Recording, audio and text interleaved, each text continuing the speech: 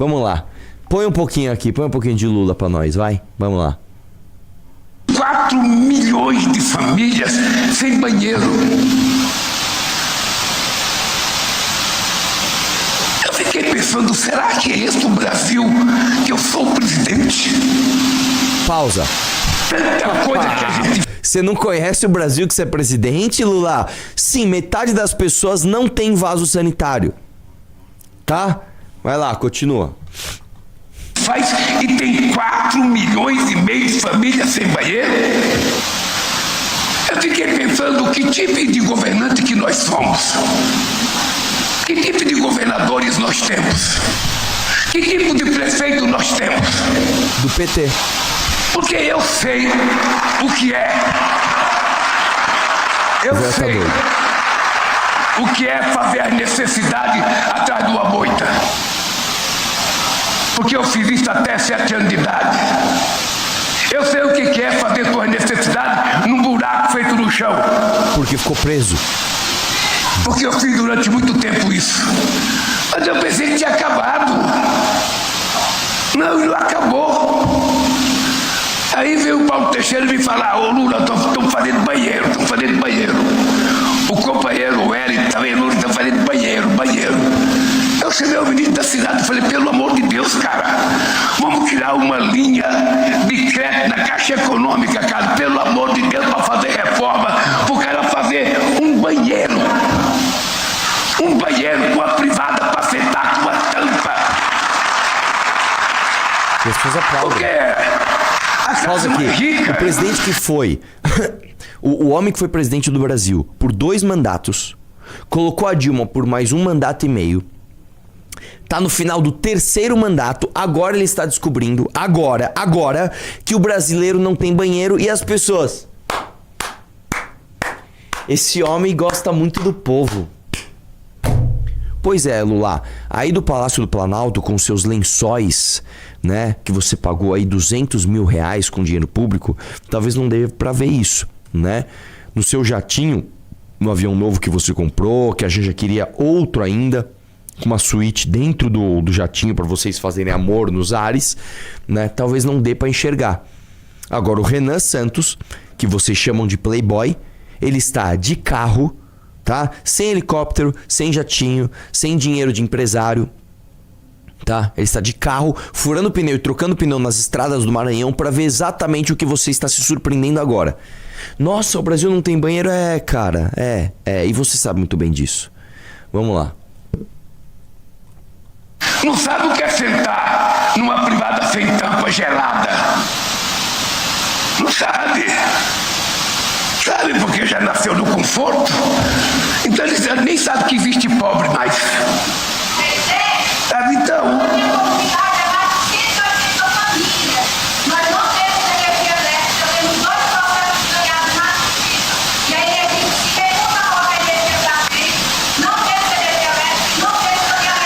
Depois, quando eu terminar de falar, você vai vir aqui para frente para me fazer essa denúncia.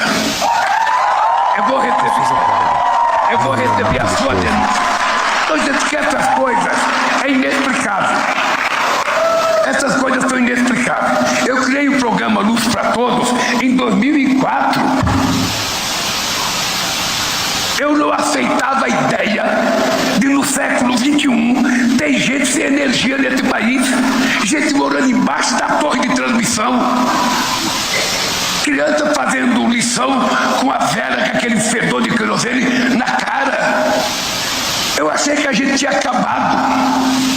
Porque quanto mais a gente faz, vai ficando cada vez mais difícil de acabar, porque vai ficando mais longe. 4 milhões. Nossa, cara, assim, é de uma hipocrisia gigante. Eu gosto muito desse negócio que o brasileiro gosta daquele que está denunciando. O brasileiro gosta do político denunciador, mesmo que ele seja denunciador do próprio governo. Cara, é muita dissonância cognitiva você pegar o presidente da República, que esteve no poder por mais de década, denunciando os absurdos do país que ele mesmo governou. E as pessoas aplaudindo. Cara, é como se eu chegasse aqui na live e falasse assim: porra, meu! Esse apresentador também não põe nem a camisa, meu! O apresentador sou eu, cara. Cara, e as pessoas... É isso aí, meu. É isso aí, Arthur. Você tá certo. É tipo pegar o meu canal, sei lá, ficar um mês sem fazer vídeo. Ora, meu! Esse cara do Mamãe Falei não faz vídeo faz um mês. Porra, mas o cara sou eu, velho. Eu, como deputado, pega e fala assim, esse deputado Arthur Duval aí não vota nada, nem aparece pra votar. Mas o deputado sou eu. Cara, como é que as pessoas não conseguem ligar uma coisa na outra? Ele está denunciando o próprio governo. A gente tem uma dissonância cognitiva tamanha que o cara aparece com esse ar de esse é brabo.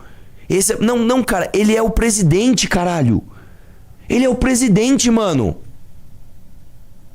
Cara, eu não sei mais como isso pode ficar mais claro para essas pessoas. A mulher levanta, Lula, a gente não tem luz elétrica. Tá falando com o presidente fala que absurdo. Isso tá errado. Ela viu? Ele tá do meu lado. Não, o responsável é ele, cara. O responsável é ele. Vou falar uma coisa pra você. Em 2014, a Dilma congelou a conta de energia, tá? A Dilma congelou a conta de energia. E nós avisamos, né? Nós, né? Na verdade, o MBL nem existia, mas as pessoas normais olharam e falaram, isso é um absurdo. Porque isso vai dar merda. Não tem como não dar merda. Mas não deu outra. Ela ganhou a eleição, que aconteceu a maior crise da história do real. Eles congelaram o combustível, congelaram a energia elétrica. Hoje você vai no mercado, irmão, você não consegue comprar 1 quilo de café, mano. O quilo de café tá 70 e poucos pau, velho. Você não consegue comprar a tal da picanha, você não consegue. Aí o cara aparece denunciando isso, o governo é dele e as pessoas vão votar nele de novo. Cara, é muita burrice, brother. Eu não consigo ser fofinho com você. Se você está cagando no chão, se você não tem energia elétrica e você vai votar no Lula de novo, você é muito burro, cara. Você é muito burro. Porque você está votando no cara que te deixou nessa situação e não tem nem... isso não é questão de opinião. Dos últimos 20 anos, o PT governou acho que 16, se a gente fizer a conta, é isso, né? É 16, não, é isso aí. Nós estamos em 2026. Você pegar... dá pra fazer mais. Se você pegar dos últimos 30 anos, a maior parte do governo do Brasil foi nas mãos do PT dos últimos 30 anos, cara. São 3 décadas em que o PT governou a maioria do tempo. E ele está ainda com ar de denunciador. Como é que pode, velho? Você não lembra, você não consegue lembrar que o Lula é presidente desde 2002. Você não lembra disso, que ele ganhou a eleição em 2002, aí ele assumiu em 2003, ganhou em 2006, depois a Dilma ganhou em 2010, ganhou em 2014. Aí uma eleição, foi para as mãos de Jair Bolsonaro, ele já perdeu na seguinte, que é 2022. Você não consegue lembrar disso? E assim... Não. Esses dias apareceu um cara no Instagram, né? Falando assim, meu, o que é? Você quer ser o quê? Quer ser hexacampeão? O que é hexacampeão? O cara nem sabe o que é. O cara não sabe o que é. A gente não sabe nada, velho. A gente não tem consciência do que a gente não tem consciência da própria história. Tá? É muito foda. É muito foda. É uma coisa muito foda, cara. E ter consciência da própria história é uma coisa dolorosa, tá? Você quer ver uma coisa? Pode, se vocês me permitirem, eu vou fazer uma reflexão sobre isso. Digita 1, vocês querem uma viagem arturiana, ou se digita 2, vocês não querem. Enquanto isso, eu vou ler a próxima notícia. Quero 1. Nossa, eu fiquei assim, tipo, o que eu tenho a ver com isso?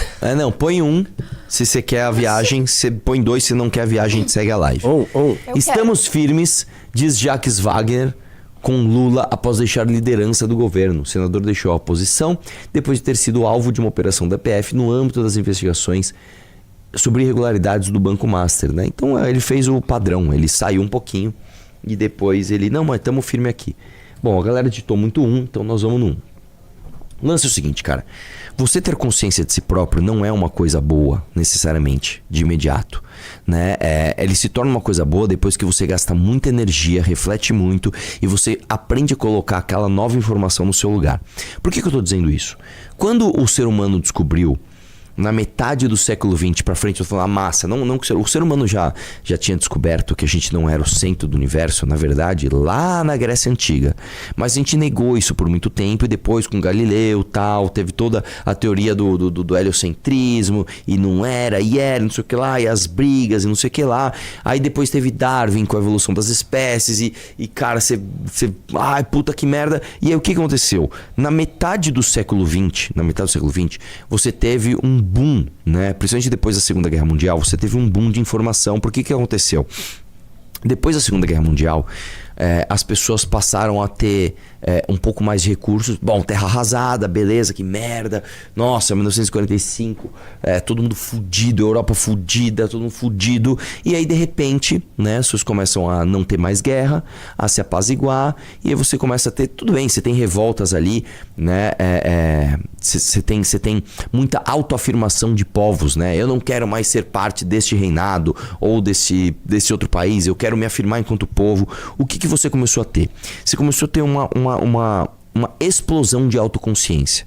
Você começou a ter, principalmente por conta da TV, ao espalhamento de informação em massa de uma forma muito atrativa, porque não era mais só o rádio, era uma televisão e as pessoas investindo muito em programas de entretenimento. Dentre esses programas, você tinha também programas de espalhamento de informação, e você começa a ter o seguinte: você começa a ter muita noção do teu tamanho no universo. E aí você começa a entender o seguinte: quando você começa a aprender mais história, quando você começa a aprender mais ciência, quando você começa a aprender mais sociologia, filosofia, você começa a entender o seguinte: deixa eu ver se eu entendo.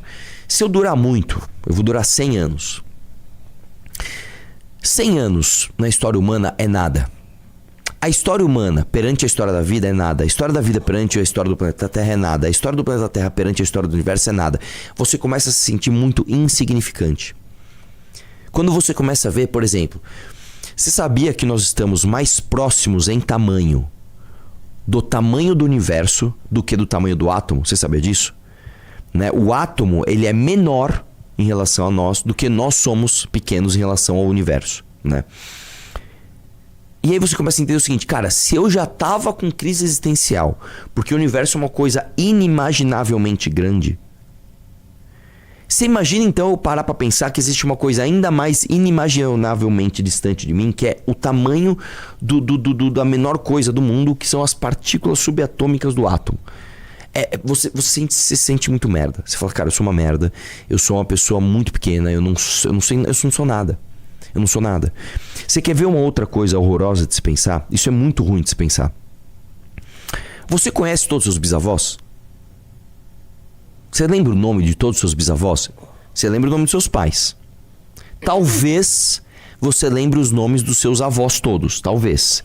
E você sabe pouco sobre eles. Mas talvez você tenha convivido com a sua avó. Geralmente a sua avó materna, tá? Mas dificilmente você conviveu, por exemplo, com o seu avô paterno.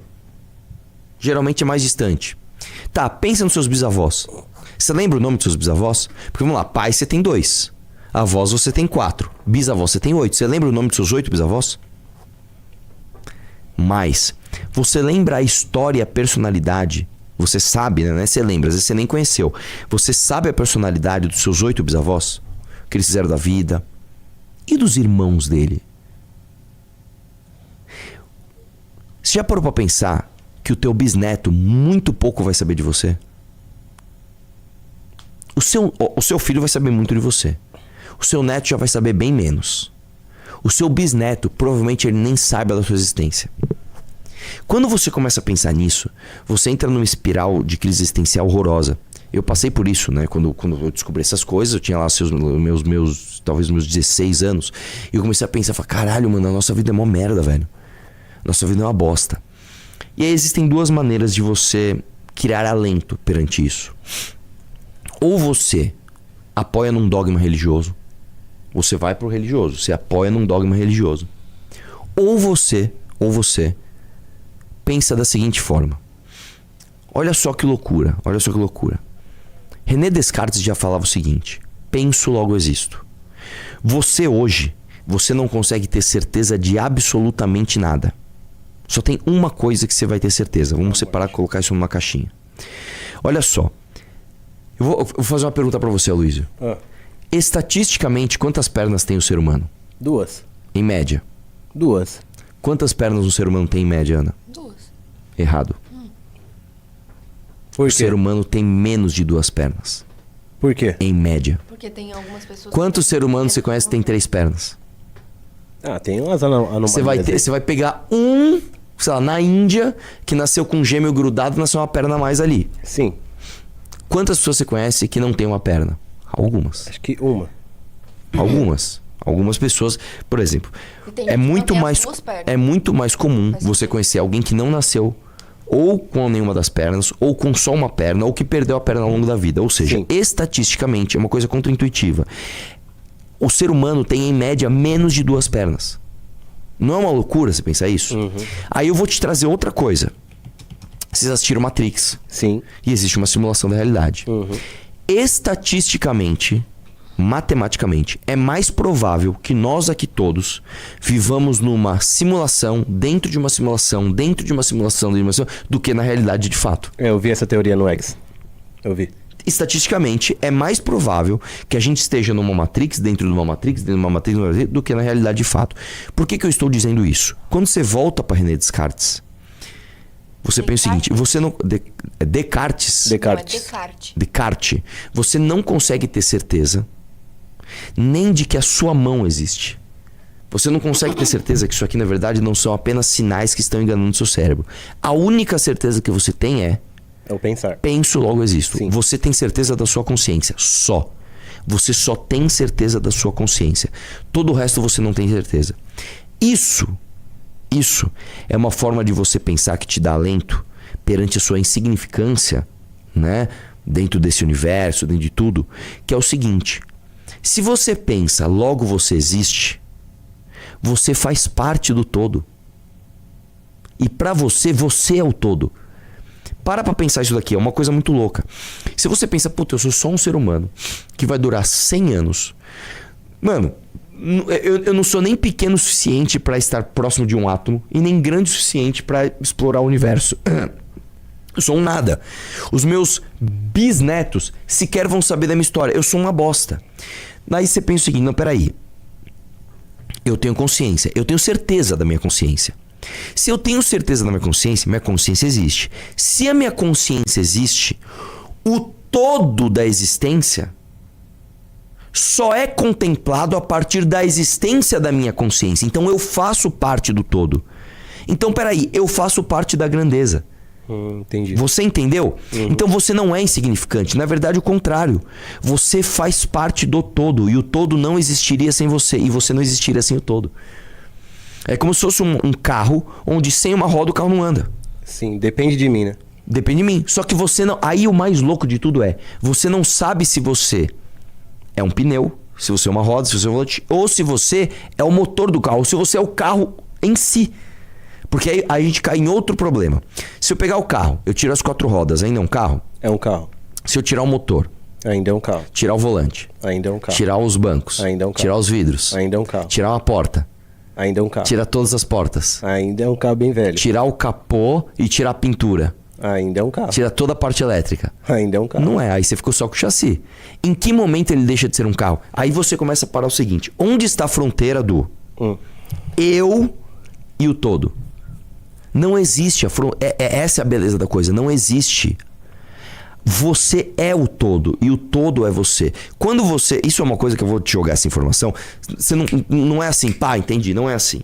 Você precisa parar e ficar refletindo sobre isso. Cara, eu demorei, sei lá, talvez alguns anos pra chegar nisso, né? Porque você vai lendo e você vai vendo outras pessoas falando sobre isso. E aí você vai ver os gênios refletindo sobre isso, os grandes filósofos, as grandes mentes. E aí você não está preparado para aquela informação. Cara, eu demorei muito tempo para estar preparado para essa informação. Que claro que não é minha, essa reflexão não é minha, óbvio que não, né? Senão eu seria um gênio, né? E aí quando eu me deparei com isso, eu demorei alguns anos, eu me alentei, cara. Eu falei, nossa, cara, é porque, verdade. tipo, você já não se apega a uma religião ou algo divino. Aí tem Exatamente. a parte também Como eu não tenho... algo que tava te amedrontando ou esse vazio no peito seria o existencialismo. Exatamente. Então, tipo, você fica, mano, não faz sentido eu estar Exatamente. aqui. É justamente como eu estou hoje em dia. Exatamente. E você quer ver uma coisa muito louca? Que é a coisa que mais me pegou. Eu não conheço a história dos meus 8 bisavós. Só que é o seguinte, eu só sou o que eu sou por causa deles. Só que se a gente for pra trás, vamos pegar os bisavós dos meus bisavós e os bisavós dos meus bisavós, e você vai lá pra trás. Você vai pegar, sei lá, um ser humano caçador-coletor que você não tem a menor ideia do nome dele, não sabe nada. Sim. Você só é o que você é por causa da ação dele. E todas as próximas gerações só serão o que serão por conta da sua ação hoje. Então você é o todo. Isso aqui, cara, é uma coisa mind-blowing, que você precisa sentar e se refletir. Voltando agora para nossa realidade do que eu estou dizendo agora. Por que o Brasil é um país tão bosta e por que as pessoas votam no PT?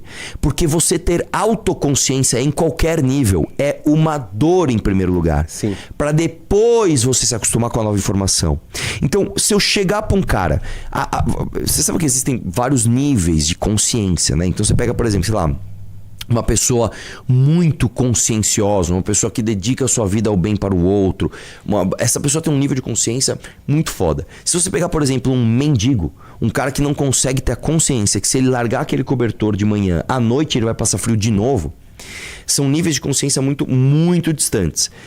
Você chegar para esse cara, para esse mendigo e falar, cara, o nível de consciência mais básico que tem, se você não preservar o cobertor que você passou coberto essa noite, você vai morrer na noite de hoje. Eu sei que agora é de manhã e tá calor, mas você vai precisar do cobertor à noite.